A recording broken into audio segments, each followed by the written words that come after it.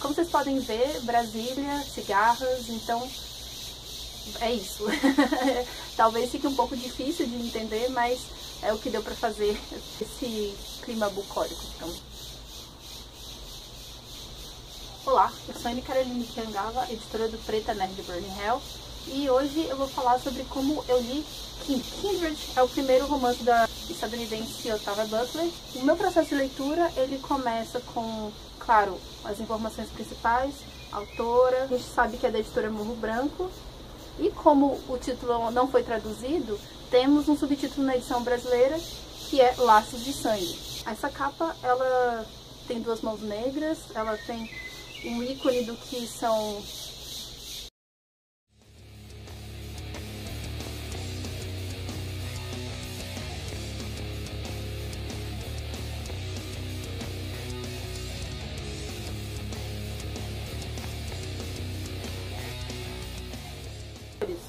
além dessas informações exteriores, eu fui fazendo o meu próprio código para conseguir organizar isso aqui para transformar em conteúdo depois.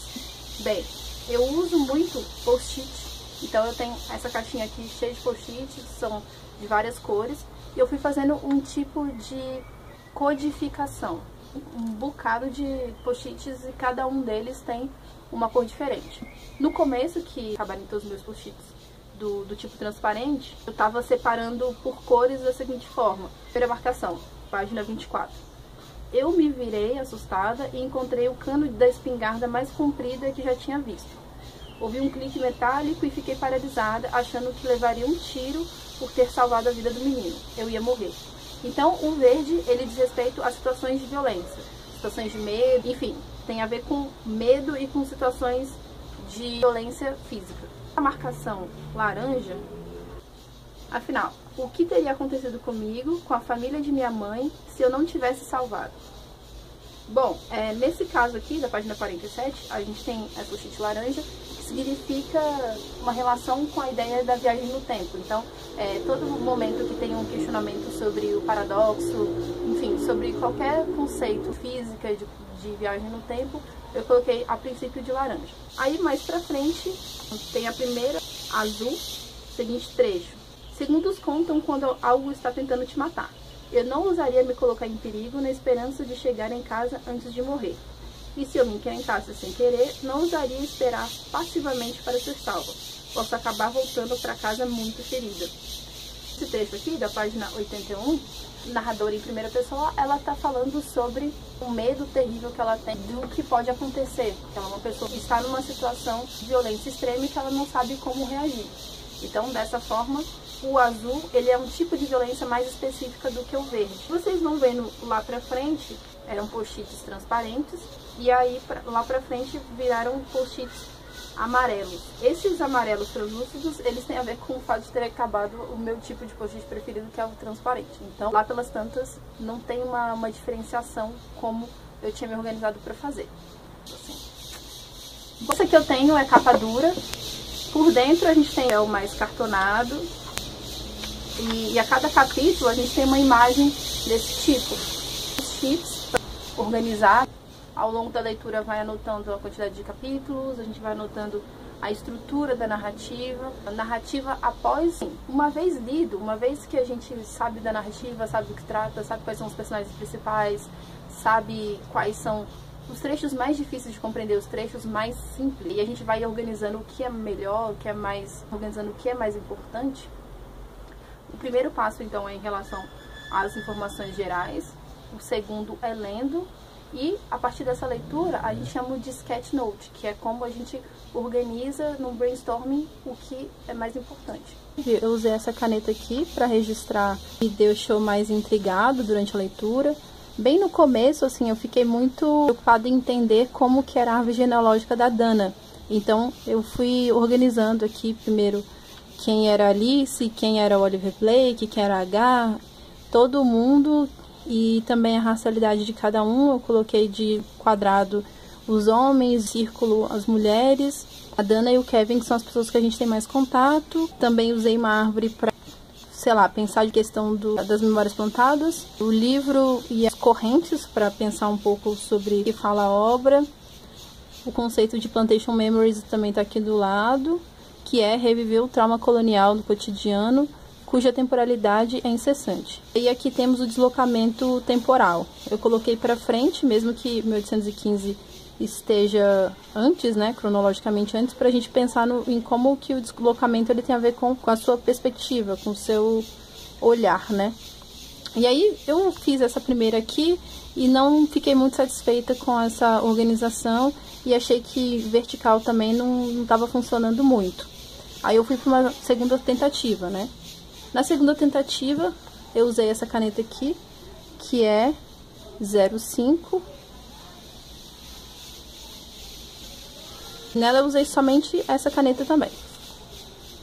Então ficou uma organização horizontal, com uma cor também. Eu separei em seções, né? Primeira coisa, a questão do foguete, do Viagem no Tempo, traz essa base do conceito do livro, que é muito conectada, a meu ver, com o conceito de Plantation Memories da Grada Quilomba. Então eu fui separando em algumas seções aqui. Primeira seção aqui, as partes mais estruturais, né?